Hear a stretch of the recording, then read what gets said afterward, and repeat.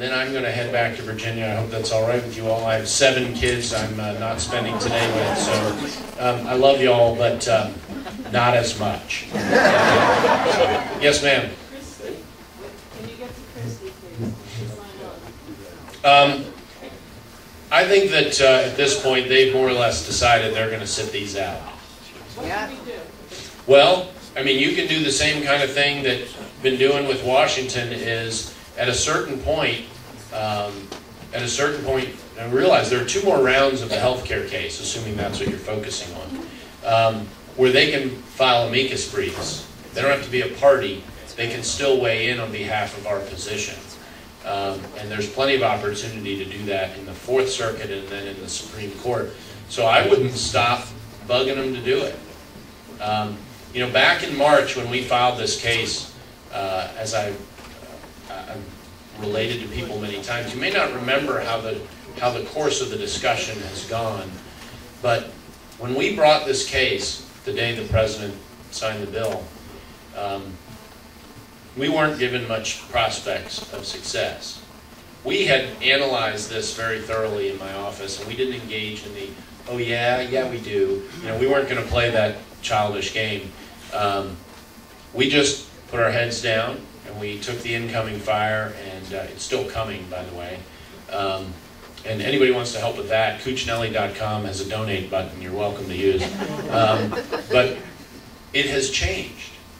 As the discussion has gone on already, just in 7-8 months, the prospects, the conventional wisdom about our prospects of success have changed. And that's because the public has studied up on it, and they have started to move their own officials. The President did not move the public's perception of the bill as he promised his caucus members he would. The opportunity still exists to get in this. It still exists. It's going to be there for a long time, frankly. So my suggestion is, obviously, firmly, politely, but constantly, to continue to push to get New Jersey in. We'd love to have them on board. We'd love to have them on board. Yes, ma'am. Can you talk a bit about the new law in Virginia protecting citizens from NIC or health insurance, and are you working with attorneys general in other states to have this? To work on the case. The question was about Virginia's law. We have a Virginia Healthcare Freedom Act, which was passed on a bipartisan basis before the federal bill was enacted, that says that no Virginian can be ordered to buy health insurance against their will. Quite simple.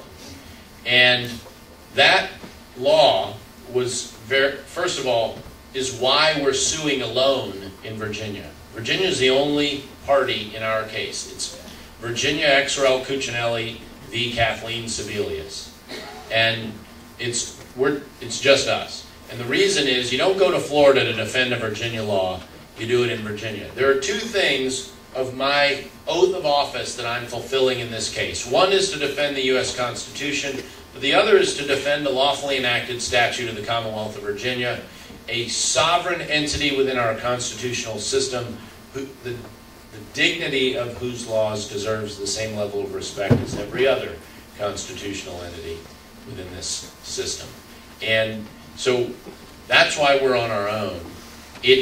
That law was particularly critical in winning the standing round. There's 2 rounds to every constitutional law case. Standing, where the government you're suing tries to knock you out and says they're not really injured, they just don't like this. Well, we survived that in large part because of the Virginia Healthcare Freedom Act. Virginia is injured. You all remember, take back to 10th grade government here, you all remember the Supremacy Clause. Article 6 of the Constitution says federal laws trump state laws, except when the federal law is unconstitutional. And that is the battle in our case. The short answer with Florida is yes, we are. I talked to Bill McCollum with some frequency. I talked to him last week about their case. It started, I think, with 13 states. They're now up to 20. They've got some other plaintiffs in there too. The NFIB is there and some others. But the states are the critical players there. They just had their motion to dismiss ruled upon by Judge Vinson down there. At least some of their claims survived most critically the one related to the individual mandate. That judge, interestingly, also ruled that he didn't have to say anything about the tax arguments because the individual mandate is under the Commerce Clause. The fallback position for the federal government is that the penalty is a tax. And the judge in that case said, I don't even have to rule on that. That penalty is obviously not a tax. So he sort of jumped ahead to the merits on one of the two key questions. We appreciated that. Interestingly, there's a judge in Michigan who ruled recently in a private case, no states involved, that the individual mandate is constitutional. This was 2 weeks ago. But he also said the penalty is not a tax. And if their judges, and I say their, because this judge obviously really wanted to rule, are saying it's not a tax, then that's a pretty strong run there. And if you care to read the 20 pages of that Michigan judge's ruling, when it's all said and done, we may look back on that ruling very gratefully because it demonstrates rather nakedly the leaps of logic and language that are necessary for the federal government to make their case that the individual mandate is somehow constitutional. And so the answer to your question is yes, we do coordinate might be too strong a word, the Florida case. The Florida case is different from the Virginia case. We are taking a rifle shot at the individual mandate based on our Healthcare Freedom Act. And it may be that their case sort of collapses to just the individual mandate, but they are still making a claim that the Medicare, Medicaid elements of the federal health care bill are the equivalent of what's called commandeering, which is a true 10th Amendment claim, when the federal government basically hijacks your state government or your local governments. We'll see how that one plays out, but you know, this is all going to the Supreme Court. So, yeah, camera guy for the last one. Yes, first of all, Rich Zunt with Conservative New Jersey. I'd like to personally thank you for being here. I'd also like you to take a message back to your Governor McDonnell that Virginia is very lucky to have a dynamic duo down there. Yep. My question is very simple. Our governor is hiding behind the fact that New Jersey's almost broke. I would like to know what you project that this lawsuit's going to cost versus the additional mandate on Medicaid that's being put on top of the states. Yeah, your state. One of interesting, you know, typical left-wing stuff.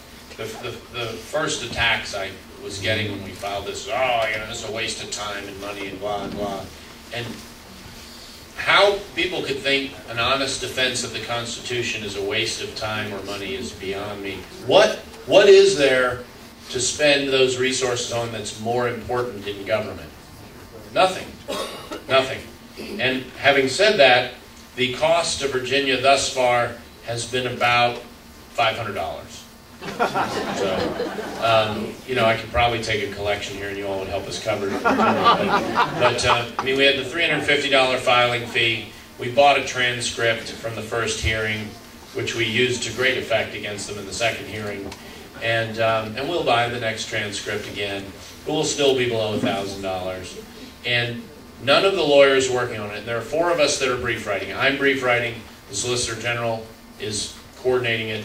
Our senior appellate counsel, and the head of our civil trial section. So there's 4 of us, none of whom does it take up all or even most of our time. For none of us. This is not a normal trial. No witnesses, no discovery. This is straight legal argument from start to finish. Now, there is a lot to cover, but if you were to compare this case to, say, the greenhouse gas case, which is legally very complicated, very messy, agency law and all sorts of other things, this is Commerce Clause, taxing power, necessary and proper clause, and there are no cases on point. For the first time, when people say this case is unprecedented, this is what they mean. They mean that the federal government has never before ordered people into commerce. That's what's happening here. All the Commerce Clause cases that have been discussed are all regulations of voluntarily engaged in activity. Now, you will find, if you own a dictionary, that the word activity has an actual definition. The federal government would dispute that fact. And they do in court. One of the, because, I mean, let's face it, the people they're trying to regulate are doing nothing.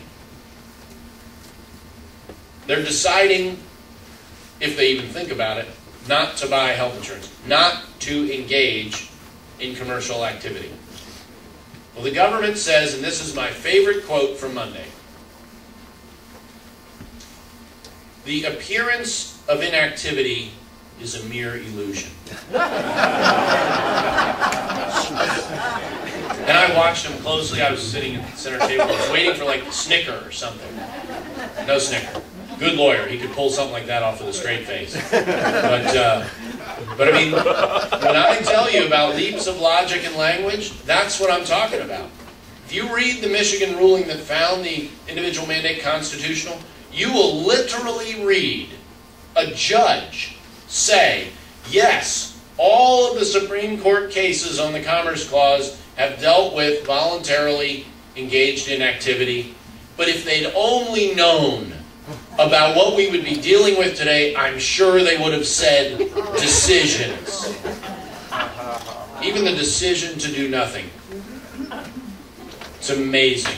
And I talked to you about going door to door in Fairfax, talking about first principles. It's kind of a challenging undertaking, but I'm stubborn. It's the Irish half. And one thing this health care bill has done, there is no 6 degrees of Kevin Bacon. This is a one-step logical chain. If Nancy Pelosi tells you what health care you have to buy, you are less free. Yes. One step. A, therefore, B. Right. A, therefore, B. Simplest syllogism in existence. And I have yet to encounter the citizen who doesn't get that. God bless all of you. Thank you very much.